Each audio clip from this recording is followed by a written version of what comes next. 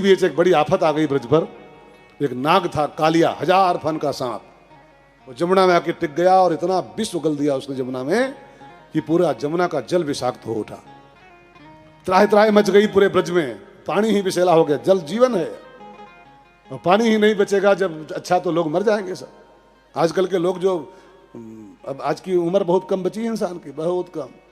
अभी मैं एक न्यूज पढ़ रहा था, 20 से लेके और 50 के अंदर हार्ट अटैक की बीमारी बहुत कस के पकड़ रही है। आफ्टर 20 ईयर 50 के अंदर अंदर हार्ट अटैक से जो मौतें हो रही हैं बच्चों की, तो 50 के अंदर मर जा रहे हैं लोग। 50 के अंदर अटैक पड़ता है, मर जाते हैं। 20 साल के ऊपर और 50 साल के भीतर भीतर। ये 50 साल की उम्र बची इंसान की, क्यों क्यों? सब विष हो गया, सब जहर है। हवा में वो जहर, पानी में वो जहर, वातावरण में जहर। पूरा वो आजकल विश्व में चिंता है, कौन वो पूरा मचा है ग्लोबल, हाँ वो पूरा हल्ला मचा है पूरे वर्ल्ड में। हाँ पूरा विश्व परेशान इससे है। सब जहर ही जहर तो खुल गया चारों तरफ। सब्जी में वो जहर, वो आप लाते हो लौकी तो रही हो, लौकी वो लौकी नहीं होती है। वो जो किसान लोग होते हैं वो सब सुई ले आए हैं, सुई बतिया पड़ती, छोटी सी बतिया, और जाके सुई लगाए। हाँ क्या लौकी है, क्या लौकी है, विष है, विष। वो खाओगे कैंसर पक्का। कहाँ कहाँ बचोगे, क्या क्या छोड़ोगे यार। दूध लगाना होता है तो सुई लगा देते हैं दूध। अब बछड़ा नहीं पिलाते हैं वाले लोग, वो सुई कचोया और बस दूध उतारा और दूध लिए, आधा जहर और दूध वही पी रहा है इंसान घट घट। और फिर उम्मीद करे कि हम 100 साल जिएंगे। जी भाई 100 साल, हाँ 50 मुश्किल से है, मुश्किल से 50। सब जहर जहर घुला है चारों तरफ। त्राहि त्राहि मच गई पूरे ब्रज में, कैसे जिएंगे हम लोग। तो भगवान ने फैसला किया, मुझे इस कालिया को आज ही भगाना है जमुना से। हमारा पूरा ब्रज परेशान हो रहा है, आज ही भगाऊंगा इसको। भगवान ने गौएं खोली, ग्वाल वालों से कहा आज कालीदाह पे चलो। गौएं को चरने छोड़ दिया कालीदाह पर, और भगवान ने निकाला वो कपड़े का गेंद और गेंद खेलना शुरू किया। गेंद वो खेल होता है ना गेंद वाला, कपड़े गेंद और उसको फेंक के मारना होता है। और फिर जिसको लग जाए फिर वो मारे, फिर जिसको लग जाए फिर वो मारे। वो हम लोग खेले हैं बचपन में। आप लोग खेले नहीं खेले? खेले? उसका नाम क्या है इधर पंजाब में? नाम नहीं पता। कपड़े का गेंद फेंक के मारना है, जिसको लगे फिर वो मारे किसी को, जिसको फिर लग जाए फिर वो मारे किसी को। नहीं खेले हो? आए? आए?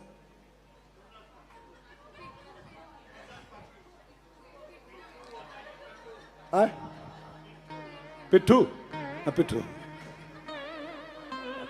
बाबूजी लगता खेले हैं बचपन। अब भगवान के हाथ में गेंद आई, भगवान गेंद खेल रहे हैं सखाओं के साथ। ब्रजवासी एक गीत गा रहे हैं, रसिया जरा गाओ सब लोग। भगवान खेल रहे हैं और ब्रज के महात्मा लोग गा रहे हैं, सब लोग गाइए। काली दह पे खेलन आयो री, मेरो 1200 कन्हैया। काली दह पे खेलन आयो री, मेरो 1200 कन्हैया। काली दह पे खेलन आयो री, मेरो 1200 कन्हैया। काली दह पर खेलन आयो री, मेरो 1200 कन्हैया। 1200 कन्हैया रे मेरो छोटो सो कन्हैया, मेरो 1200 कन्हैया, मेरो छोटो सो कन्हैया। 1200 कन्हैया रे मेरो छोटो सो कन्हैया, मेरो 1200 कन्हैया, मेरो छोटो सो कन्हैया। काली दह पे खेलन मेरो 1200 कन्हैया, काली दह पर खेलन आयो रे, मेरो 1200 कन्हैया। रेशम की पट गेंद बनाई, रेशम की पट गेंद बनाई, रेशम की पट गेंद बनाई। रेशम की पट गेंद बनाई। चंदन को डंडा लायो री, मेरो 1200 कन्हैया। चंदन को डंडा लायो री, मेरो 1200 कन्हैया। काली दह पे खेलन आयो री, मेरो 1200 कन्हैया। काली दह पे खेलन आयो रे, मेरो 1200 कन्हैया।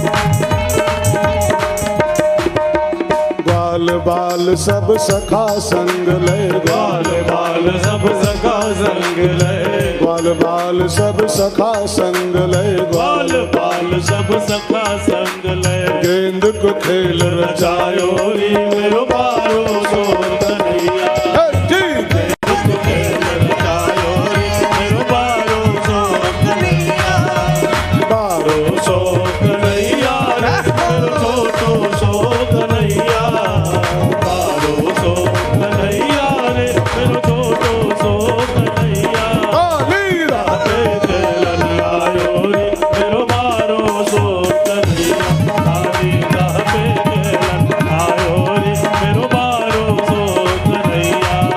और वो गेंद जब भगवान के हाथ में आई, जब भगवान की बारी आई कि तुझको मारना है, तो भगवान ने ऐसा काउंटर किया, काउंटर एक वो काउंटर होता ना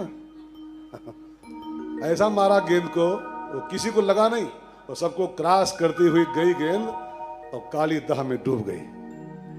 और ग्वाल बाल चिल्लाए, लाला तूने जान के गेंद फेंका है, निकाल। भगवान ने कहा बेटा मैंने फेंका इसीलिए है, मन ही मन कहा बेटा फेंका इसलिए है कि हमको इसी गेंद के बहाने इसमें जाना है आज। वैसे तुम लोग चिल्लाते रोते कालीदाह में गया, कालीदाह में गया, अब गेंद का बहाना मिल गया, इसी बहाने कूदूंगा इसमें। भगवान ने कदम की डाली से छलांग लगाई, भगवान कालीदाह में गए, कालिया को नाथा, नाथ के उसके फनों पर नृत्य करना शुरू किया। अब लिखा है जिस फन पर ठाकुर जी पांव धर के नाच दें उसी फन से खून की धारा फूट पड़े उसके कालिया के, जिस फन पर नाचे उसी से खून की उल्टी। जब कालिया के फनों से खून बहता देखा तो उसकी जो नागिनियां थी कालिया की पत्नियां, वो सब साड़ी का पल्लू पसार के और ठाकुर जी के आगे खड़ी हुई, ठाकुर जी आपने इसको नाथा है, कुचला है, इसके फन कुचले हैं, तो अहंकारी का फन कुचलना आपका पेशा ही है, धंधा आपका यही है, अहंकारी का फन कुचलना। लेकिन ठाकुर जी प्लीज इसको मारना मत, क्योंकि ये हमारा प्राणनाथ है, जैसा भी है, जैसा भी है, खुखार है, बिसेला है, अपराधी है, अत्याचारी जो भी है, हमारा पति है। जब तक ये है तब तक हमारी बांग में सिंदूर है। तो स्वामी हे जगतपति, मेरी विनती है इसको कुचले हो तो ठीक किया, लेकिन इसके प्राण मत लेना, इसके प्राणों की भिक्षा हमको दे दो। पति ही प्राणा प्रदीयताम, हे ठाकुर जी पति के प्राण हमको दान कर दो, ये हमारा प्राणनाथ हमको दे दो। भगवान ने कहा ठीक है इसको मैं छोड़ सकता हूं, लेकिन एक शर्त है। क्या? इसे कहो सामान पैक करे और जमुना को खाली करे, बाहर जाए कहीं। जमुना बिसेली हो गई, पूरा ब्रज हमारा त्रस्त हो रहा है, जमुना से बाहर जाए।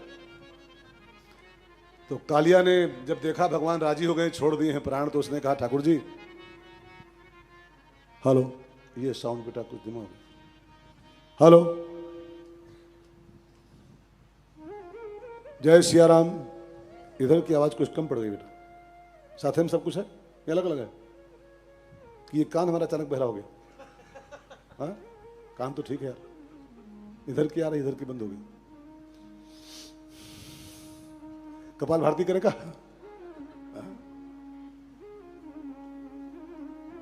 तो मैं बोल रहा था, आप समझ रहे हो ठीक से।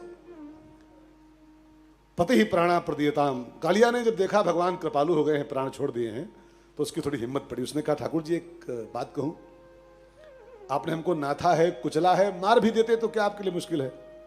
जो सक त्रिभुवन मार जी आई, त्रिभुवन को एक सेकंड में मार सकते हो आप, मेरी क्या औकात है? भ्रकुट विलास जासु लय होई, खाली भौं हिल जाए तो पूरा संसार खत्म हो सकता है, एक कालिया क्या है? तो मुझे नाथा कुचला मार भी देते तो क्या फर्क था?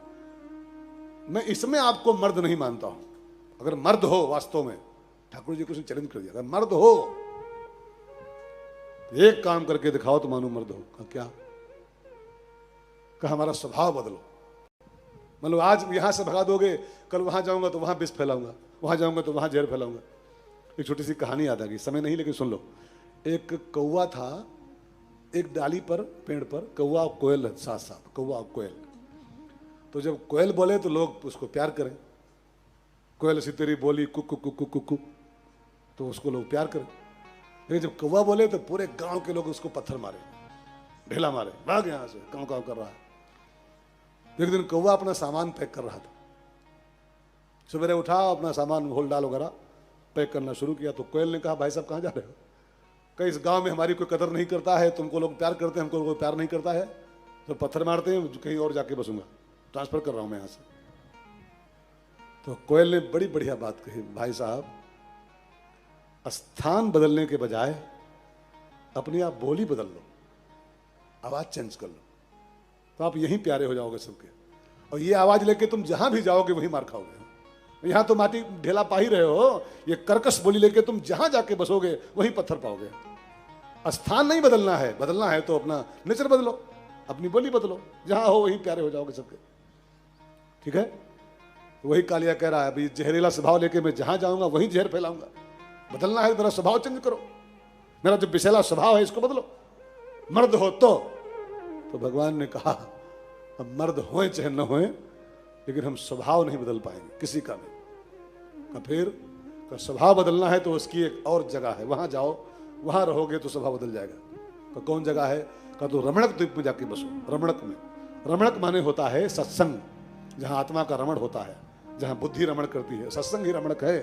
तो सत्संग में जाके बसो, रमणक में, तब आपका जो नेचर है, ये स्वभाव है, ये बदल जाएगा आपका। तो भगवान ने कहा स्वभाव बदलना मेरे बस का नहीं है, सत्संग करोगे तो स्वभाव का ठीक हो जाएगा। आप इस बात को नोट कर रहे हो? आपका नेचर बदलना, भगवान पूरी प्रकृति को चेंज कर सकते हैं, लेकिन आपकी प्रकृति को चेंज नहीं कर पाएंगे, उनके बस का नहीं। भले आप उनको लाख चैलेंज करो, मर्द हो तो नहीं बदल पाएंगे, उनके पास उसका उपाय नहीं है। उसका उपाय सत्संग में केवल है। सत्संग में जाओगे, जब रमणक में निवास करोगे, तो आपका नेचर, आपकी प्रकृति, आपका स्वभाव बदल जाएगा। तो कालिया भगवान की आज्ञा से रमणक द्वीप पे जाके बस गया है, और कालिया के जाते ही जमुना का जल विष मुक्त हो गया, जमुना अमृतमयी हो गई, और ब्रज पर जो आफत आई थी उसका निवारण हो गया। ये कालिया वास्तव में क्या है, इसको जरा जान लो 1 मिनट में। सब लोग ध्यान देकर सुन रहे हो। 2 कथाएं बची हैं, 56 भोग पर पहुंच रहा हूं मैं। हाँ, चिंता नहीं कोई मुझको। हाँ, पहुंच जाऊंगा, तब तक हाँ पहुंच जाऊंगा, अभी टाइम है मेरे पास। मैं ऊपर ठान लिया, जब मुझको सूचना मिली कि 56 भोग जाना है आज, मैं ऊपर में सेट कर दिया था अपनी सब करके कि कहाँ कहाँ कितना कहाँ का कहना है। तो मैं ठान लिया हूँ कि आज 56 भोग तो करा के छोड़ूंगा। अब कल हम लोग विस्तार से खूब विधिवत, जो भागवत का प्राण है रास पंचाध्यायी, उस पर बात करेंगे। पूरी भागवत का जो 5 अध्याय है ना, रास पंचाध्यायी, ये पूरी भागवत का पंच प्राण है। अच्छा हुआ कि अच्छे हुआ जो हुआ, भगवान जो करता अच्छे करता है। तो हम लोग अब कल भागवत का जो प्राण तत्व है, पूरी भागवत का प्राण, उसको जरा ढंग से सुनाएंगे आपको। हाँ? वैसे ये सब कथाएं कल होती तो कल रास पंचाध्यायी को स्टार्ट करना पड़ता। अब हम लोग कल रास पंचाध्यायी पर खूब विधिवत चिंतन करेंगे, उसका एक एक पॉइंट आपको सुनाएंगे। हाँ? तो आइए, 56 भोग लग गया आपके लिए, बस पर्दा खोलने दे रहे हैं।